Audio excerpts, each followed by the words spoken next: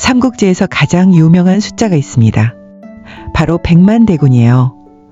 조조가 적벽대전에 백만대군을 이끌고 남하했다는 이야기 누구나 한 번쯤 들어보셨을 겁니다. 삼국지연의에서 조조는 송권에게 보낸 편지에 이렇게 씁니다. 지금 수군 80만을 훈련시켜 장군과 함께 오에서 사냥하고자 하오. 83만이라는 숫자도 등장하죠. 이 압도적인 병력 앞에 손권 진영은 공포에 떨었고 유비는 도망치기 바빴습니다. 그런데 말입니다. 이 백만대군이 완전한 허구라면 어떨까요? 오늘은 적벽대전의 실제 규모를 숫자로 파헤쳐 보겠습니다. 먼저 당시 중국의 인구 상황을 살펴보겠습니다. 후한 전성기인 서기 157년 중국의 호국고 조사 기록에 따르면 전국 인구는 약 5,600만 명이었습니다. 그런데 적벽대전이 벌어진 208년은 어땠을까요? 황건적의 난 군웅할 거, 연이은 전쟁과 기근, 역병으로 인구가 급격히 감소했습니다. 학자들은 이 시기 중국 전체 인구가 1,000만 명 이하로 줄었을 것으로 추정합니다. 일부 학자는 500만 명까지 떨어졌다고 주장하기도 해요. 삼국이 정립된 후의 인구 기록을 보겠습니다. 위나라 443만 명, 오나라 230만 명, 총나라 108만 명, 세 나라를 다 합쳐도 800만 명이 안 됩니다. 이 삼국을 통일한 진나라의 인구가 1616만 명이었어요. 후한 전성기의 3분의 1도 안 되는 수준입니다. 이런 인구 상황에서 조조가 100만 대군을 동원했다는 것은 물리적으로 불가능합니다. 고대 사회에서 병력 동원 비율은 보통 전체 인구의 5%에서 10% 정도였습니다. 이보다 높으면 농사 짓고 물자를 생산할 사람이 없어서 나라가 유지될 수 없거든요. 삼국 정립 후 위나라의 병력은 약 20만 명으로 추정됩니다. 인구 대비 4.5% 정도예요. 오나라는 15만 명, 총나라는 10만 명 정도였습니다. 그렇다면 적벽대전 당시 조조의 실제 병력은 얼마였을까요? 정사 삼국지에는 명확한 숫자가 기록되어 있지 않습니다. 하지만 여러 기록을 종합해서 추정할 수 있어요. 첫 번째 단서는 주유의 분석입니다. 정사 삼국지 주유전에 인용된 강표전에 따르면 주유는 송권에게 조조군의 병력을 분석해 보고합니다. 조조가 중원에서 데려온 병력은 15,6만 명이고 형주에서 얻은 항복 병력은 7, 8만 명입니다. 주유의 추정에 따르면 조조군 총 병력은 약 23만에서 24만 명 정도였습니다. 주유의 분석은 신뢰할 만합니다. 왜냐하면 그는 연합군의 총사령관이었고 손권에게 사적으로 보고한 내용이기 때문이에요. 자기 상관에게 적군의 숫자를 부풀려서 말할 이유가 없죠. 오히려 실제보다 줄여서 말해야 사기가 오를 텐데 그렇게 하지 않았습니다. 두 번째 단서는 조조의 본대 규모입니다. 신화망 등 중국 학계 분석에 따르면 조조가 북방에서 데려온 병력은 보병 8만 명과 기병 1만 명, 합쳐서 약 9만 명 정도였습니다. 나머지는 형주에서 항복받은 병력이에요. 유종이 항복할 때 조조에게 넘어간 형주군은 7만에서 8만 명으로 추정됩니다. 여기서 중요한 점이 있습니다. 형주 항복군의 전투력은 조조 본대에 비해 현저히 낮았어요. 첫째, 이들은 자발적으로 싸우는 게 아니라 강제로 편입된 병력이었습니다. 충성심이 없었죠. 둘째, 조조 휘하에 들어온 지 얼마 안 되어 제대로 훈련받지 못했습니다. 셋째, 지휘체계가 확립되지 않았어요. 이런 오합지졸을 합쳐서 20만 명이라고 해도 실제 전투력은 그에 미치지 못했습니다. 세 번째 단서는 전쟁 후 조조의 병력입니다. 적벽대전에서 대패한 후 조조는 조인에게 남군 수비를 맡깁니다. 그런데 조인의 병력은 손유 연합군보다 적었어요. 만약 조조가 20만 이상의 대군을 가지고 있었다면 패배했더라도 상당수가 살아남았을 겁니다. 조인에게 턱없이 적은 병력만 남겼다는 것은 조조군이 적벽에서 거의 괴멸당했음을 의미합니다. 그렇다면 손권과 유비 연합군의 병력은 얼마였을까요? 이쪽은 정사에 비교적 명확한 기록이 있습니다. 정사 삼국지 주유전에는 이렇게 기록되어 있어요. 주유가 정병 3만 명을 요청하여 하구로 진출하겠다고 했다. 그런데 5주 전에는 주유와 정보가 각각 1만 명을 이끌었다. 고 되어 있습니다. 학자들은 주유가 요청한 3만 명은 희망사항이었고 실제로 동원된 병력은 2만 명 정도였을 것으로 봅니다. 유비의 병력은 더 적었습니다. 장판파에서 조조에게 대패한 유비는 거의 전멸 상태였어요.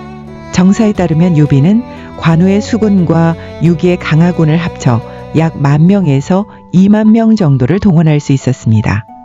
제갈량은 손권에게 유비에게 아직 2만 명의 병력이 있다.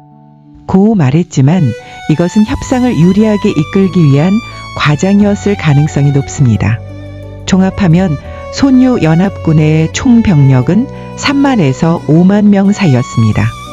이제 양측의 병력을 비교해 보겠습니다. 조족은 약 20만에서 25만 명, 손유 연합군 약 3만에서 5만 명, 병력비는 대략 4대 1에서 5대 1 정도입니다. 연의에서 말하는 80만 대 5만, 즉 16대 1과는 크게 다르죠. 물론 4대 1이라 해도 연합군이 크게 불리한 것은 사실입니다. 하지만 16대 1의 압도적 열세와는 차원이 달라요. 충분히 역전 가능한 수준입니다. 실제로 역사상 4대 1이나 5대 1의 열세를 뒤집은 전투는 드물지 않습니다. 여기서 중요한 변수가 있습니다. 바로 수전 능력이에요. 조조군의 주력은 북방기병과 보병이었습니다. 이들은 수전에 익숙하지 않았어요. 반면 손권의 오나라군은 수전의 달인들이었죠. 장강이라는 전장에서 오나라군은 병력수를 넘어서는 전투력을 발휘할 수 있었습니다. 조조가 형주에서 얻은 수군은 어땠을까요? 이들은 원래 수전에 능했지만 문제가 있었습니다. 첫째, 항복한 지 얼마 안 되어 조조 휘하에서 제대로 운용되지 못했어요. 둘째, 충성심이 의심스러웠습니다. 조조도 이들을 완전히 신뢰하지 않았죠. 셋째, 역병이 돌았습니다. 정사에 따르면 조조군의 역병이 창궐해서 전투력이 크게 저하되었어요. 그렇다면 연의에서 말하는 100만 대군은 어디서 나온 걸까요? 첫째, 조조 자신의 허풍입니다. 조조는 손권에게 보낸 편지에서 일부러 병력을 과장했어요. 적을 위협해서 싸우지 않고 항복시키려는 심리전이었죠. 손권 진영에서 항복파가 많았던 것을 보면 이 전략이 어느 정도 효과가 있었습니다. 둘째, 나관중의 문학적 과장입니다. 삼국지연의는 소설입니다. 극적인 효과를 위해 조조군을 100만 대군으로 부풀렸어요. 10배가 넘는 적을 물리친다는 설정이 훨씬 드라마틱하잖아요. 셋째, 비전투 인원의 포함입니다. 고대 군대에는 전투병 외에도 많은 인원이 따라다녔습니다. 보급을 담당하는 치중대, 말을 관리하는 마부, 무기를 정비하는 대장장이 취사병, 의료병 등이요. 이들까지 포함하면 숫자가 크게 늘어납니다. 하지만 이들은 전투력이 없어요. 넷째, 수송병력의 포함입니다. 조조군은 육로와 수로를 병행해서 남하했습니다. 대규모 물자를 운반하려면 많은 배와 수부가 필요했어요. 이들까지 군사로 계산했을 가능성이 있습니다. 다섯째, 병력 인플레이션 현상입니다. 고대 중국의 병력 기록은 대부분 과장되어 있습니다. 관도대전에서 원소의 병력이 70만이라고 하는데 실제로는 11만 명 정도였어요. 이릉대전에서 유비가 70만을 동원했다고 하지만 실제로는 4, 5만 명에 불과했습니다. 병력 과장은 삼국지뿐 아니라 동아시아 역사서 전반에 나타나는 현상이에요.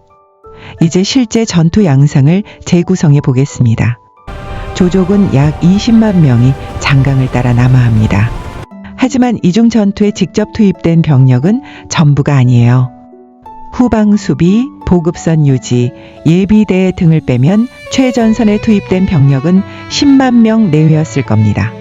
손유 연합군은 약 5만 명, 이 중 주유가 이끄는 오나라 수군 2만에서 3만 명이 주력이었고 유비군 1만에서 2만 명이 보조 역할을 했습니다.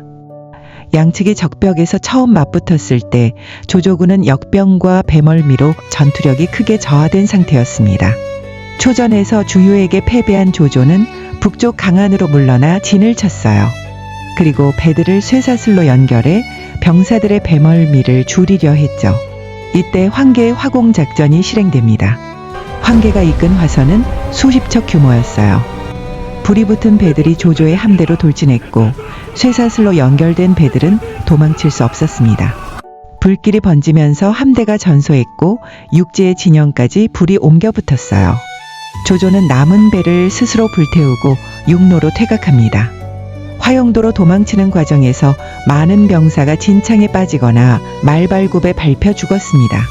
조조가 남군에 남긴 병력은 손유 연합군보다 적었어요. 20만 대군 중 대부분이 죽거나 흩어진 겁니다.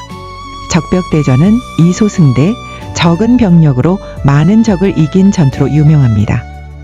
하지만 실제 병력비는 연희에서 묘사하는 것만큼 극단적이지 않았어요. 4대1에서 5대1 정도의 열세였습니다.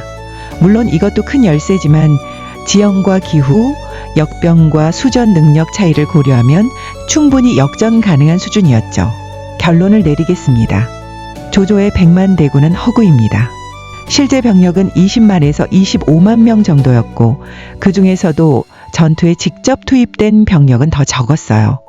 손유 연합군은 3만에서 5만 명 규모였습니다. 병력비는 대략 4대1에서 5대1. 연희가 말하는 16대1의 압도적 열세는 아니었습니다. 하지만 이것이 적벽대전의 위대함을 훼손하지는 않습니다. 4대1 열세도 충분히 불리한 상황이에요. 이 열세를 뒤집고 승리한 것은 주유의 뛰어난 지휘력과 황계의 결사적인 화공, 그리고 오나라 수군의 탁월한 전투력 덕분이었습니다. 다음 영상에서는 천하삼분지계의 진짜 주인공을 다루겠습니다. 우리가 아는 것처럼 제갈량이 처음 제안한 것일까요? 정사의 기록은 다른 이야기를 들려줍니다. 구독과 좋아요, 알림 설정 부탁드립니다.